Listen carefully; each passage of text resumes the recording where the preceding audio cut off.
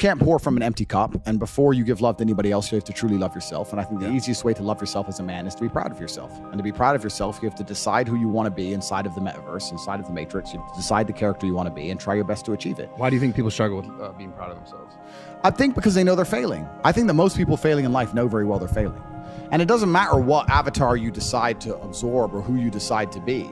You can decide to be it, and you know true in your heart if you're giving 100% of your energy towards becoming it or not. Doesn't matter if you want to become a famous musician. Doesn't matter if you want to become a bodybuilder. Doesn't matter if you want to become a pro fighter. Doesn't matter what you want to be. You know in your heart if you're actually trying or not. You have to decide what you want to be and try and become it.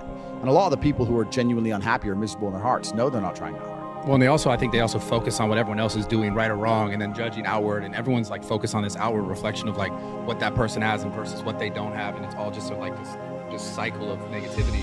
Completely. And it's just, we found ourselves, especially with social media nowadays, we found ourselves like most people, because maybe they're not mentally strong enough to understand like, wait, I need to create my own value instead of looking outwards. How do you think we fix it? Successful is all about self-definition, which is what I was saying at the beginning. You have to decide who you want to be. And if you wanted to be Joe Schmo and you pull it off, then you'll be a pretty happy, content person. Decide who you want to be. I think the people who are miserable, it's the gap between their expectations and their reality. That's where the misery lies. Yeah. My expectations were always enormously high. Even when I was a nobody, I knew I had to be filthy rich and a kickboxer. At the age of 15, I knew that if I'm the kind of guy that if I raise my voice, people are going to care. I'm not going to be the guy who starts shouting and everyone thinks it's funny. I know I'm going to be the kind of guy who is genuinely a formidable opponent in all realms of human endeavor. I know I'm going to have money. People who are miserable are the people who don't try hard enough to obtain it, because I actually believe, and this is another thing I'll say, I believe the universe is very giving. I think the universe and God himself is very giving. I've yet to meet somebody in all my years who is genuinely giving 100% of themselves day after day, doesn't snake anyone, firm handshake, look you in the eye, doesn't lie to nobody, and tries 100% who doesn't get what they want. I've never seen it. Every single person who doesn't have what they want, there's something in their story that doesn't quite add up. I've yet to see some guy who, have you ever seen a guy who eats right and trains his ass off and never misses a gym session, ever not grow? It's just, that's the way the universe works, right? So if you're truly about it and you're truly trying your absolute best, you're going to do it. And that's what I believe. I believe the universe is extremely giving. So when I meet somebody and they go, I really wanted this and I don't have it, I say, you didn't really want it. All like the successful people, most successful people in the world, would you say that all of them have like something in common in the sense of like some sort of hardship in their life? It's not... I mean, trauma is extremely important. And this actually goes back into answering the first part of your question, which is interesting. There's a study I read about stress. And it was saying that stress has a placebo effect attached to it, because the placebo effect is extremely powerful. So they found some of the most stressed people in the world, and they split them into two groups.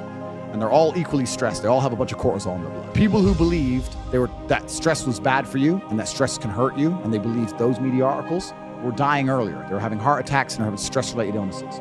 The people who believed the opposite, who just said, stress is part of being successful. I like stress. When I feel stressed, I do my best. It makes me anxious. It turns my brain on. I like being stressed. Lived longer than average. Point is, the same drug, how you look at it and how your body anticipates it, how you feel about it, affects the real world results. Which goes back into what you were saying earlier about the jealousy. You're saying people look on social media and they get jealous and it demotivates us. That's because they decide to be demotivated by it. Do you know what happens when I get jealous of somebody? I fucking beat them. If I look at somebody who has something I ain't got, I will take it from them by hook or by crook. Love it. I wish someone could make me jealous. It's hard now. I got everything. I wish I could look at somebody and go, fucker, I'm gonna beat you. Would you say jealousy is the #1 part for motivation? Well, I don't think motivation is a real thing. I don't believe in motivation as a concept. I think discipline is real, and I also think discontentment is real. And I don't think it's possible for anybody to stay in a scenario where they're truly uncomfortable. If you fall asleep on your arm and your arm really starts to hurt, even in the deepest sleep, you're gonna wake up and move your arm. If you sit there and your life has been in a rut for 7 years, you are semi-comfortable in that rut. Sure, there's days you're pissed off. Sure, you're semi-annoyed by it. But there's also days where you just play video games, eat pizza, and you're kind of cool with it and it's no big deal. If you were truly unhappy and uncomfortable and discontent with your scenario, you wouldn't be in it. So I don't believe there's anybody who's truly... When I was broke, I couldn't sleep. I'm not saying that, please understand me. When I was broke, I couldn't sleep. I'd be trying to go to bed thinking, how the fuck these people have Ferraris? I want a fucking Ferrari. I couldn't sleep. People aren't taught to be self-aware anymore. People are taught to just like I said, look at that guy, what he has, and be mad that you don't have it. Or like, if something's going on with me, I don't want to look inside and say, what's actually happening with me? Why am I this way? Why am I the person that I am today? But I want to figure out deeply, how do you think a man, specifically in this case, is able to look at themselves more comfortably without holding the judgment, the fact that they don't have the stuff over themselves? Because completely, you're totally right. I think there's two answers to the question. One, I think a lot of it came from chess, because chess is the most ruthless game on the planet. And what chess will teach you, chess teaches you that if you lose, at some point you made a mistake. It doesn't matter if it's the smallest mistake. It doesn't matter if you just took too long to think to make the right move and you ran out of time on the clock. At some point you fucked up for you to lose that game. It's 100% accountability with no luck. That's what's so important about learning chess. That's the first thing. And the second thing is, you need to, as a man, adopt the mindset that absolutely everything that happens to you is completely and utterly your fault, whether it's good or bad. Most men don't have that. When the Matrix was attacking me and they were destroying me, when they're calling up my exes trying to get fake fucking charges on me and put me in jail, when they close my bank accounts and I use $10, $11 million, when they ban me across all social medias and lie about me, when they harass my family, I'm sitting there going, this is my fault. All of this is me. I got here. It's my fault. I'm not going, that was unfair. It was orchestrated. The NGOs worked against me. Because that is not helpful. So it's accountability. It's 100% accountability in all things. But also when I go out there and I start the Bugatti, it's like, that's me. This is my fault. The car is my fault, and the big house is my fault, and everything that ever goes wrong is my fault. And the failures. Yeah, absolutely. You have to take complete and utter accountability for everything. You can't make excuses ever. Yeah. There's never an excuse. And you're right. People try and put things on the outwards on the outside.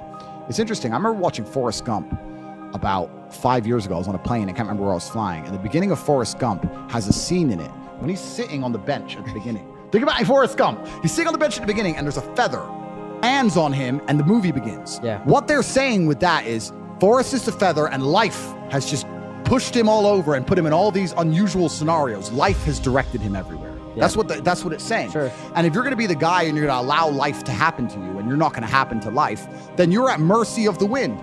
Perhaps it might work out okay, but it might not, right? So you have to be the guy who goes, okay, the wind's blowing in this direction.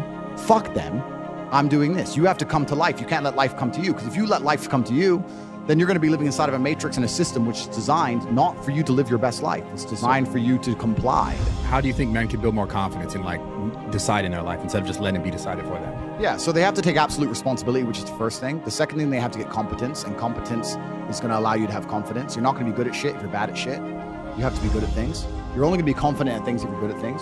I know what I'm good at and what I'm bad at. So you have to go out there and take risks, and you have to make mistakes, and you have to risk it all. And once again, this comes down to competition. I think competition is such an important thing in the masculine world. I grew up in the chess world, and I went into the fighting world. It was all extremely competitive. It's competition driven. You can't make excuses. If I sit here and say I lost a fight, cool, you lost a fight. But I lost a fight, but my gloves, when they were wrapped up, my hand was hurting, and then they excuses. Like, you have to understand that excuses don't matter. Nobody cares. Life's binary. Winners or losers, and you just have to take absolute responsibility for them. People are so caught up when things happen. This is why this happened to me, because of this, because of my childhood, because of my past trauma, because of my life, whatever. Yeah. But people are so not taught to like look inwards and go towards those things. Well, I think you think playing victim is it's an easy way out. Yeah. It's a laziness. It's an easy way out. It's a good excuse, and it also makes you feel better about yourself. Me and my brother have another thing we do. We do this all the time. If either of us are ever complaining about anything, we shut each other up and say, do you want therapy? Because if you don't want therapy, what are you talking about? The main reason people complain about things is to get a dopamine rush, right? I'm unhappy, but if I sit there and I complain about it and you give me a little bit of sympathy, I feel better. Dopamine. That's why they're complaining for dopamine. If someone comes to me and complains about something, the best thing I can do for them, because I'm a philanthropic, nice man, because I'm Mr. Nice, is tell them to get fucked. I don't care. Shut up. A lot of this comes down to your social circle. Because there's a whole bunch of guys out there whose friends accept excuses. If your friends will allow you to make excuses, you're going to make excuses. If your family let you make excuses, you're going to make excuses. You're going to complain and feel better. You got to be around killers who don't accept that shit. If me and let's say me and 3 friends, there's 4 of us, and we all decide to do 10,000 push-ups a day, and all of us do them except one, there's no words inside the human language, there's no sentence you could possibly construct, no matter how compendious or concise or how intelligent the man is, that will allow us to forgive him for failing. We don't accept excuses. That is it.